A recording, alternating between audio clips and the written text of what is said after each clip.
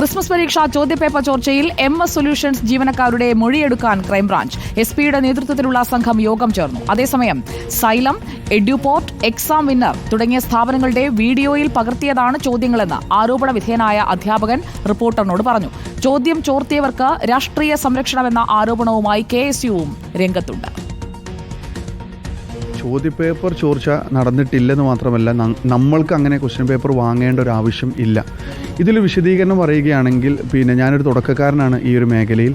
അതോടൊപ്പം തന്നെ പ്രഡിക്ഷനാണ് MS-ൻ്റെ ഒരു ഹൈലൈറ്റ് എന്ന് പറയുന്നത്. അപ്പോൾ നമ്മൾ ഏകദേശം 2 or 3 വീഡിയോ അതിന് മുൻപ് ചെയ്തിട്ടുണ്ട്. ഡിസ്കോഴ്സുകളും അപ്രീസിയേഷനും അതേപോലെ എങ്ങനെ ക്വസ്റ്റ്യൻ പേപ്പർ പാറ്റേൺ വരുമെന്നുള്ളൊക്കെ ഒക്കെ ചെയ്തതിന് ശേഷം നമ്മളൊരു ലൈവ് 7:30 മുതൽ ഏകദേശം 9 മണിക്കുള്ളിൽ തീർന്നിട്ടുണ്ട്. അതിന് മുൻപേ ലൈവുകൾ കൊടുത്തും അതിന് മുൻപ് ഡിസ്കോഴ്സുകളും മറ്റും പറയുകയും ഇതിൽ ഇന്ന ചോദ്യങ്ങൾ വരാമെന്ന് സൈലം ഉൾപ്പെടെയുള്ള പ്രമുഖ ചാനലുകൾ കൃത്യമായിട്ട് പറയുന്നുണ്ട്. അവരുടെയൊക്കെ വീഡിയോസിൽ ഇന്ന ചോദ്യം വരാമെന്നും പറയുന്നുണ്ട്. നമ്മുടെ പ്രഡിക്ഷൻ വീഡിയോ പോകുന്നത് രാത്രി 12 മണിക്ക് ശേഷമാണ്.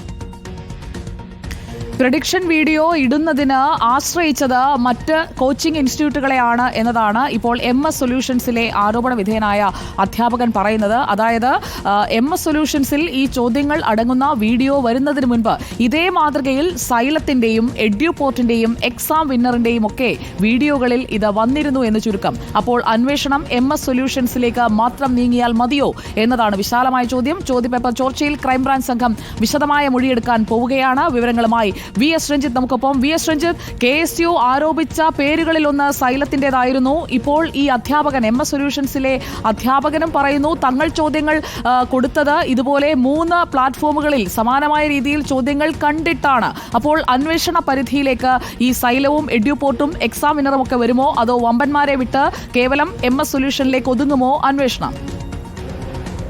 സുജയ, അതുതന്നെയാണ് ഈ ആരോപണ വിധേയനായ അധ്യാപകന്റെ പ്രധാനപ്പെട്ട വാദം എന്ന് പറയുന്നത്. അതായത് ഈ സൈലത്തിലും എഡ്യൂപോർട്ടിലും എക്സാം വിന്നർ പോലുള്ള സ്വകാര്യ ഏജൻസികൾ നടത്തുന്ന യൂട്യൂബ് ചാനലുകളിലൊക്കെ ആദ്യമായി ഇത്തരത്തിലുള്ള പ്രവചനങ്ങൾ വരുന്നു.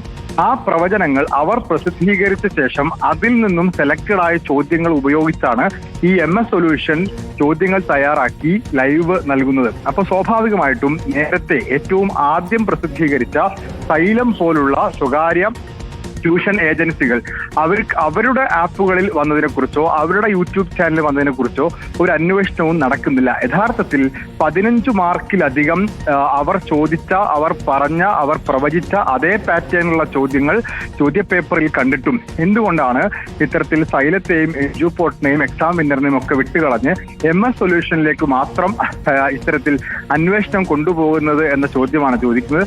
സ്വാഭാവികമായിട്ടും അവർ പറയുന്നതിന്റെ ന്യായം നമുക്കതിന്റെ ടൈം ലൈൻ പരിശോധിച്ചാൽ മനസ്സിലാവും. ഏറ്റവും ആദ്യം ഇത്തരം പ്രഡിക്ഷൻസ് നടത്തിയത് ആരാണ്, അതുപോലെ ആ പ്രഡിക്ഷൻസിൽ എത്ര ടൈം ലൈവ് നിന്നിരുന്നു, അതിനുശേഷം MS സൊല്യൂഷന്റെ ലൈവ് എപ്പോഴാണ് വന്നത്, ഇത്തരത്തിലുള്ള കാര്യങ്ങൾ പരിശോധിച്ചാൽ പ്രാഥമികമായി തന്നെ പോലീസിന് അതിന്റെ കാര്യങ്ങൾ ബോധ്യമാവും.